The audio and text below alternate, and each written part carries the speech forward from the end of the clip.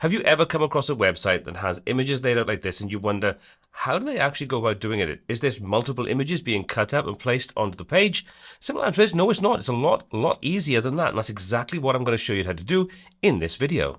So this is all done using masks, and we can set this up in lots of different ways. Now we're going to be using Bricks Builder for this particular video, but it is exactly the same if you want to use something like Elementor, and it's very similar if you're using tools like GreenShift and so on. So once you understand the principle, it's very easy to replicate this, whatever tool or tools you're using. So the first thing we need to do is create the mask that we're going to use. Now, I'm going to be using Pixelmator Pro, but you could use Photoshop, Affinity Photo, any kind of tools that allow you to create sort of shapes like this, and we can save them as an SVG or a transparent PNG. So I've already created a first section, and all I'm going to do is I'm going to duplicate this. There's our offset for our second image. We'll position this roughly where I want it to be. And I want to use these sort of semi-transparent areas around this, because when we're working with masks, if we have something set to a percentage of black, we can use that as a semi-transparent effect. It's pretty cool and very easy to do.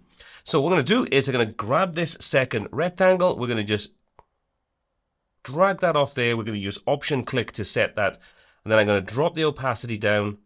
We'll set that to something like 25%. Position it exactly where I want, make sure that I've got it in the right position in the stacking order, and then what we're going to do is we're going to duplicate that. So we'll drag that underneath exactly where we need it inside our design. So now everything is set up. All we need to do is save this. So we're going to come to File, we're going to choose Export for Web, and making sure that the file format in this example is SVG. You can use PNGs if you want to, but as you can see, this is 1 kilobyte in file size and it's scalable. So we're going to retain the quality. So it's a lot smaller than what your PNG is going to be. Once we've done that, we'll export this and save it. And then we're going to go over into Bricks Builder. So I've got a very simple layout here. All we've got is an image in the left-hand side, and we're going to use this as the basis. So all we need to do is come over into the content area from the left-hand menu, and from there we're going to scroll down until we get the mask section. Now if you're using Elementor, you can access this from the advanced properties for your image, and then all the settings inside here are pretty much identical. So what we're going to do is we're going to choose the mask that we want to use. Now currently this is set up with lots of different options, and we can use any of the pre-designed options if we want to. Like grid dots, for example, you can see that shows up inside there.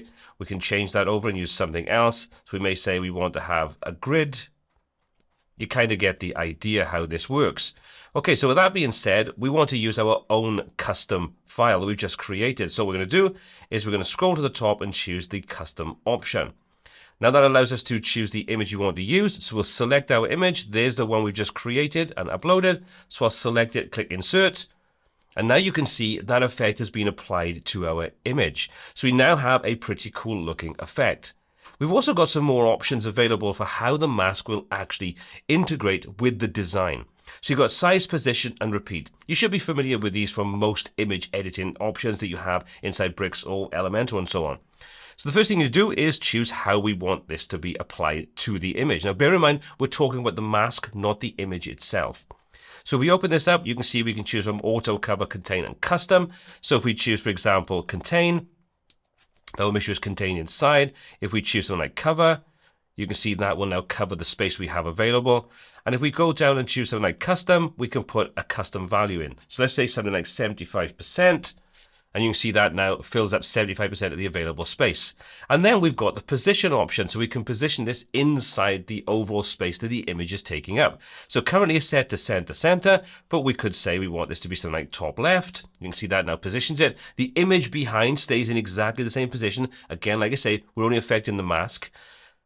And then we can choose to repeat this if we want to. So depending upon the kind of pattern, you may want to set some kind of repeat. So we'll choose repeat, and you can see that now repeats it inside the space that we've got. So for example, if we come down and set this to be 20%, you can see we now get that effect applied over the image with 20% size of the actual SVG mask itself. And you've seen just how easy it is to be able to create these masks and apply them to your designs and get a little bit more creative using, in this example, bricks and some simple SVG masks. And if you want to learn more about getting creative with your designs in WordPress, check out this video next. There's a ton of great information inside there.